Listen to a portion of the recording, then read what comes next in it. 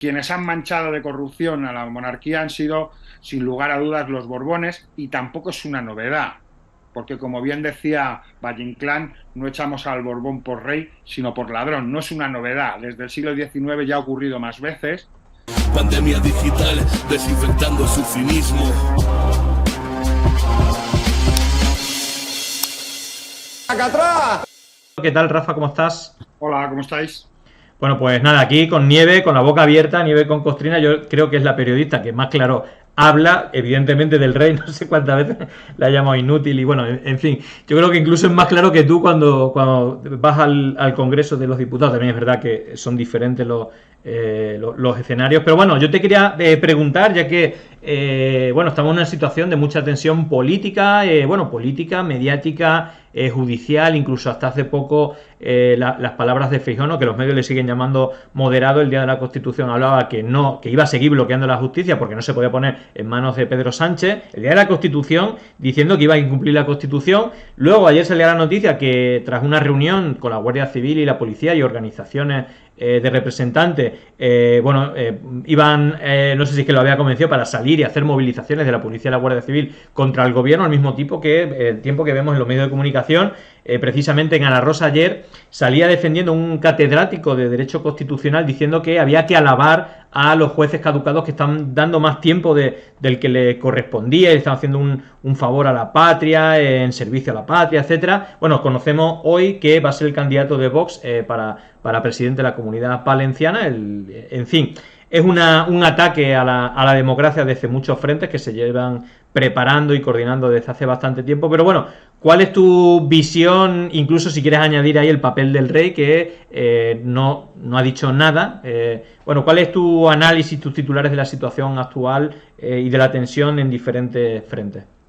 Por empezar por el final, porque incluso bueno, ha habido algún periodista de la progresía que ha planteado la necesidad de que el rey pudiera pronunciarse. La verdad es que mejor que no abra la boca, porque lo tiene difícil. En un momento en el que de lo que se está hablando es de si existe o no existe legitimidad democrática, que una institución no democrática se pronuncie al respecto, pues la verdad que va a ser bastante contraproducente. Diga lo que diga, va a salir mal. Y si no dice nada, también va a salir mal. Porque ante una crisis institucional como la que tenemos ahora mismo, que la jefatura del Estado pues no tenga legitimidad democrática, sino que haya sido heredada y tenga además por origen la reinstauración que impulsó la dictadura franquista, pues obviamente es bastante difícil que en una situación como esta pueda aportar nada útil, ¿no? Es una situación en la que yo creo que no debemos circunscribirlo a un momento como es el actual, sino que viene de atrás. Y esto es un debate que está abierto hace tiempo. El hecho de que hay sectores dentro del Estado que no asumen el resultado electoral, que no asumen la legitimidad de la mayoría parlamentaria y que están operando desde el seno del Estado en contra de la voluntad popular expresada en las urnas. Y eso es algo que se viene haciendo desde hace tiempo.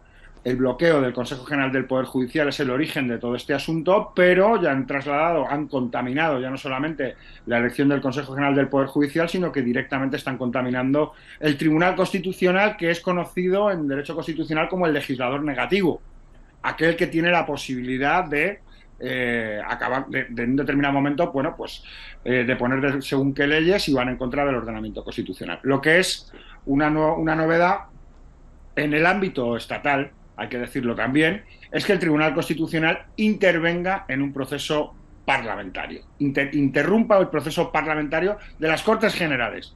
Y hay que aclararlo porque sí ha intervenido en otras ocasiones. No pareció tan grave porque eran parlamentos autonómicos y vemos cómo cuando se pasa según qué líneas ya los límites, bueno, pues se creen, ¿no? Hay algunos que se creen que no los tienen, ¿no?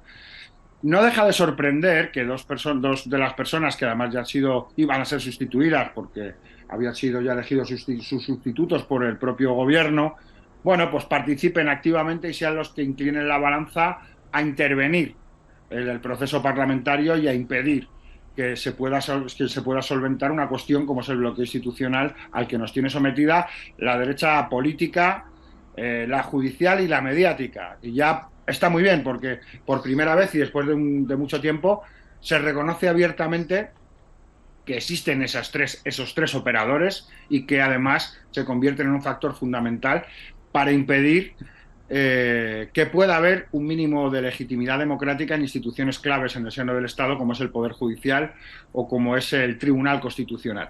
Y hay que recordar que además hemos tenido un debate bastante turbio sobre la elección del Consejo General del Poder Judicial. Incluso ha habido durante bastante tiempo operadores que han estado hablando de la necesidad de que los jueces elijan a los propios jueces, como si esto fuera algo muy democrático. Claro, si los jueces eligen el Poder Judicial, pues a lo mejor los funcionarios de la Administración General del Estado pueden elegir al gobierno y nos ahorramos las elecciones cada 4 años y tenemos un Estado corporativo. Pero el Estado corporativo tiene un componente ideológico muy claro, muy evidente y no tiene nada que ver con la democracia. Hay un momento que no va a poder evitar el rey Felipe VI, que precisamente además este programa, tanto la intervención de Nieves como la tuya, la vamos a usar para contraprogramar el discurso del rey, y ahí sí que va a tener que decir algo. Es decir, evidentemente ha querido escurrir el bulto porque evidentemente creo que quedaría reflejado para toda la historia. Es algo, él no va a salir a defender a la izquierda, o parece que no ha salido a defenderla, y que en este caso tiene muy complicado. Pero ¿cuál es tu apuesta del discurso de este año, ¿no? Sobre todo porque tiene ahí una pelota en el tejado que creo que no va a poder evitar. ¿Por dónde crees que va a salir y cuáles crees que van a ser las otras referencias más allá de, como decía Nieves, va a decir lo mismo de siempre? Nada. Bueno, ¿qué crees que en este caso si va a hacer referencia a la situación actual y en qué términos? Lo tiene difícil. Leía a un periodista cloaquero recientemente que hay que respetarle y que no diga nada, porque es que lo tiene muy difícil. Si dice lo que piensa y vuelve a embutirse en el espíritu del 3 de octubre, mal. Si habla a favor de la democracia, mal. Lo tiene muy difícil, lo tiene muy difícil. Es decir, no dijo nada cuando el Partido Popular utilizó su fotografía en la campaña electoral, en varias campañas electorales, lo ha utilizado en carteles electorales.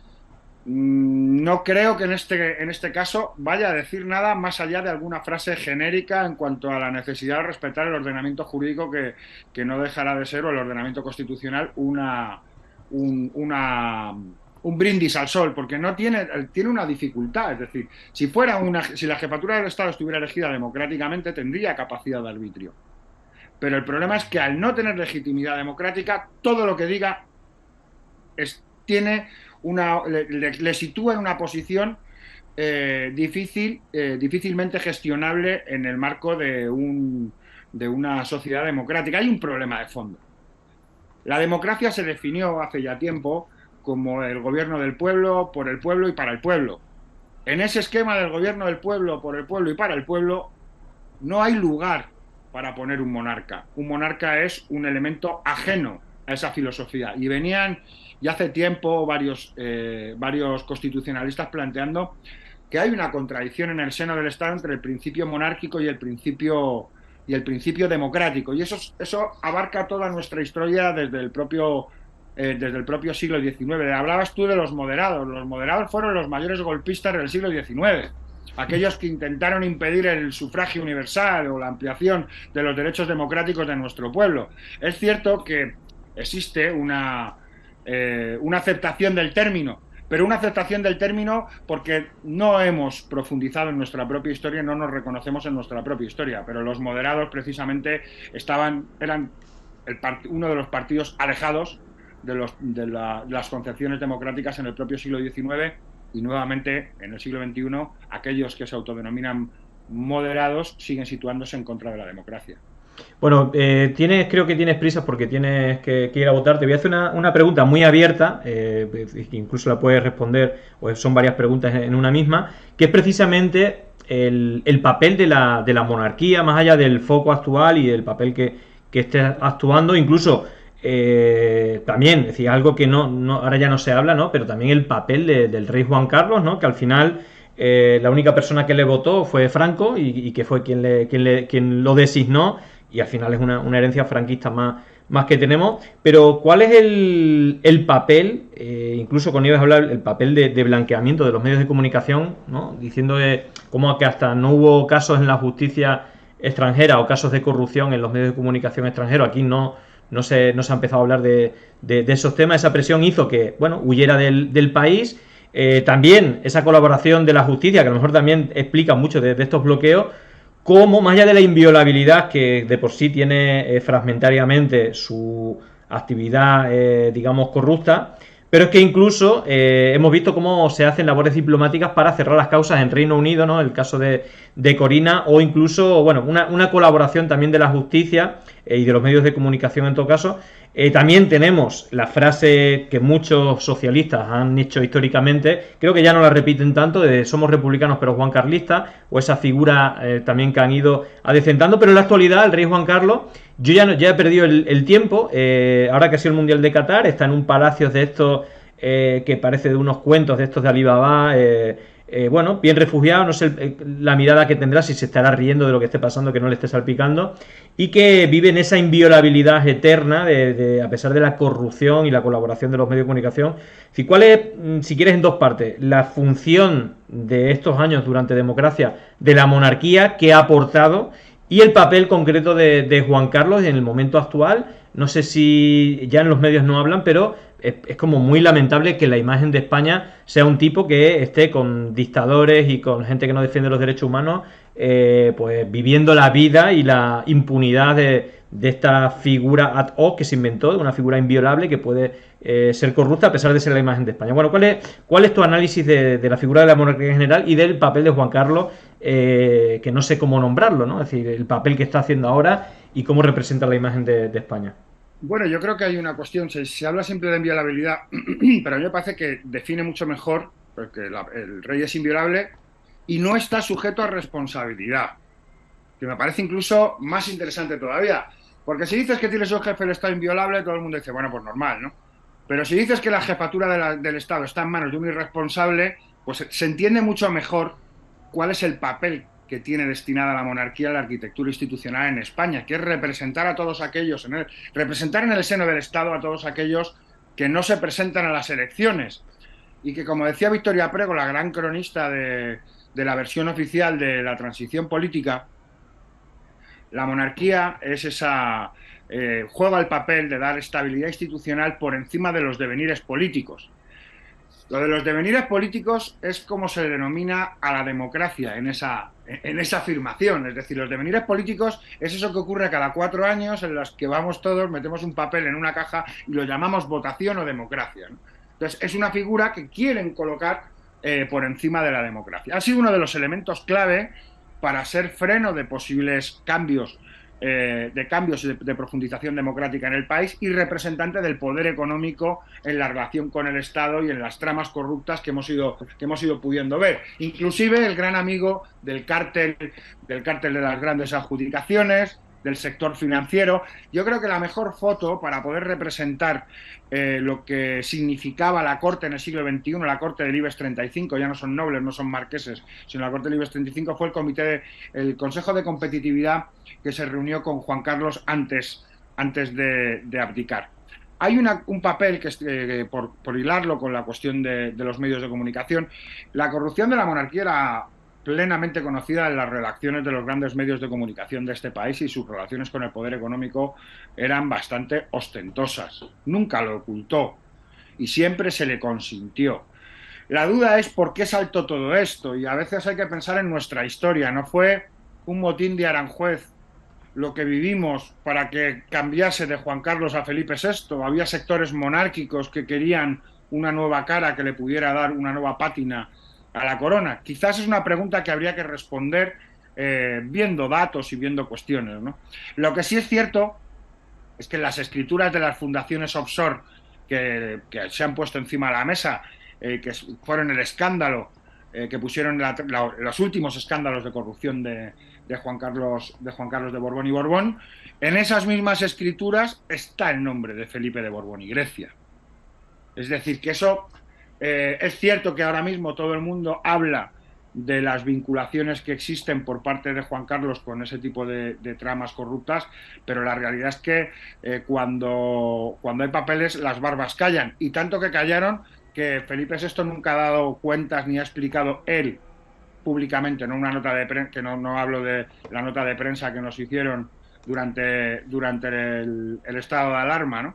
Sino hablamos de que dé la cara y que cuente, bueno, pues que nos cuente con sus gestos para que podamos verle, que nos diga que él no sabía que las escrituras de ambas fundaciones fueron modificadas para introducirle en las escrituras como beneficiario. Y además, cuando nos dicen aquello de que la monarquía no está, que esto no es un problema de la monarquía, sino que esto es un problema solo de Juan Carlos, no fuimos nosotros los republicanos, los que vinculamos a la monarquía con la corrupción. Fueron aquellos que introdujeron dentro de esas escrituras, de esas fundaciones offshore, como beneficiarios textualmente al que fuera heredero de la corona de España. Es decir, quienes han manchado de corrupción a la monarquía han sido, sin lugar a dudas, los Borbones, y tampoco es una novedad, porque como bien decía Valle-Inclán, no echamos al Borbón por rey, sino por ladrón. No es una novedad, desde el siglo XIX ya ha ocurrido más veces, y evidentemente el problema que tienen es que la monarquía se basa en una concepción patrimonial del Estado. Piensan que el Estado es suyo. Y lo que estamos viendo ahora responde también a que hay sectores del Estado que piensan que el Estado es suyo. Bueno, no sé, que por ahí me han avisado que ya te tienes que ir a votar, así que nada, bueno, te agradezco. Yo lo siento no haber podido estar más rato. Nos han metido una votación larguísima, porque el PP le gusta que votemos en el escaño, con el dedito y tal, sí. Y no entiende que si votamos en la tablet las 300 enmiendas parciales, pues podemos dedicar el tiempo a cosas útiles al servicio de nuestro pueblo y no solamente a estar apretando el botón. Hemos tenido suerte, porque no es como la semana de presupuestos, que se les ocurrió la maravillosa idea de que para votar tuviéramos que levantarnos uno a uno para alargar y perder el tiempo, ¿no? Nosotros creemos que hacer labor parlamentaria no es calentar el escaño, sino otras cosas. Bueno, pues lo dicho, Rafa, muchísimas gracias. Gracias a vosotros, ha sido un gustazo. Venga, chao, suerte y chao, feliz año. Llegó el momento de no estar callado, de desmontar inventos que vienen envenenados. Es contrainfo, que no es lo mismo. Pandemia digital, desinfectando su cinismo. Gracias por la suscripción, muchísimas gracias.